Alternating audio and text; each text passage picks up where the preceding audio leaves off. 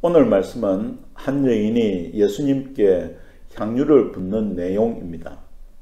여인이 예수님께 향유를 붓는 내용은 공생의 초기에 갈릴리 지역에서도 있었습니다. 당시에는 죄인인 여인이 눈물과 머리카락으로 예수님의 발을 씻고 향유를 부었습니다. 그때는 한 여인의 죄 사함을 위한 것이라고 하셨습니다. 오늘 말씀은 십자가에 죽으시기 이틀 전에 베다니 문둥병 시몬의 집에서 있었던 일입니다.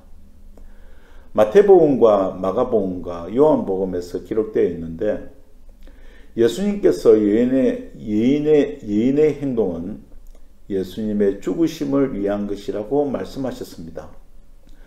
누가복음의 사건과는 확실히 구분되기 때문에 다른 사건임을 알 수 있습니다. 그런데 오늘 내용은 마태복음과 마가복음, 요한복음에서 기록하고 있습니다. 시기와 내용이 거의 비슷하지만 요한복음과 다른 점이 있습니다. 장소가 다르고, 그리고 마태복음과 마가복음은 예수님의 머리에, 그리고 요한복음은 갈릴리에서 여인이 부은 것처럼 눈물과 머리털로 씻고 발에 부은 점이 다릅니다.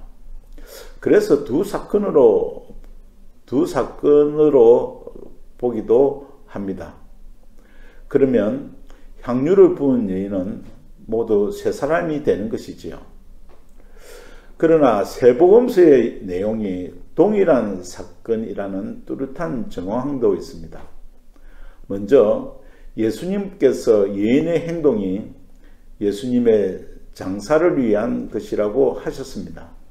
또 마가복음과 요한복음에서는 여인의 향유가 나드 향으로 같으며 제자들이 향유의 가치가 300델라니온으로 가난한 자를 위해 사용하지 않고 허비한다고 굳이 적기 때문입니다.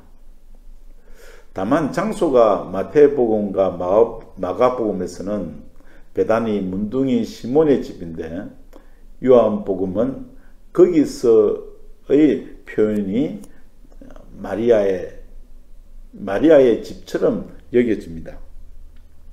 그러나 거기서를 베다니로 해석될 수 있기 때문에 마르다와 마리아가 이웃집 문둥이 시몬 집에 방문하였다고 보면 될 것입니다.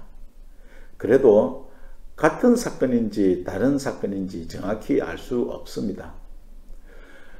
그것보다 우리는 여인의 행동에 더욱 관심을 가져야 할 것입니다.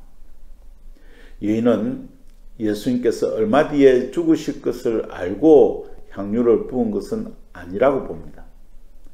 여인의 행동은 전적인 성령님의 역사였다고 봅니다. 왜냐하면 예수님께서 여인의 행동이 예수님의 장사를 위한 것이라고 하셨기 때문입니다. 그러므로 하나님께서 여인을 통해서 십자가에 죽으실 예수님께 은혜와 권능으로 기름을 부으신 것입니다. 또 한 가지는 여인의 행동은 성도의 사명을 깨닫게 하기 위함입니다. 성도의 삶은 예수님의 장사를 위한 것임을 교훈합니다.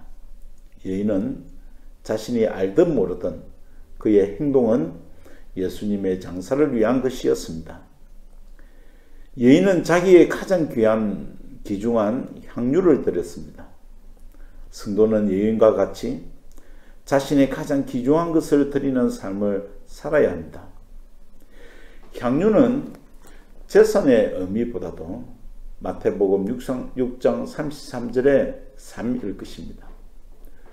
모든 일에 하나님의 나라와 의를 구하는 일을 최우선에 두는 삶이 여인이 부은 향유라고 믿습니다. 오늘 무슨 일이든 하나님의 나라와 의를 위해 일하는 하루가 되어야겠습니다.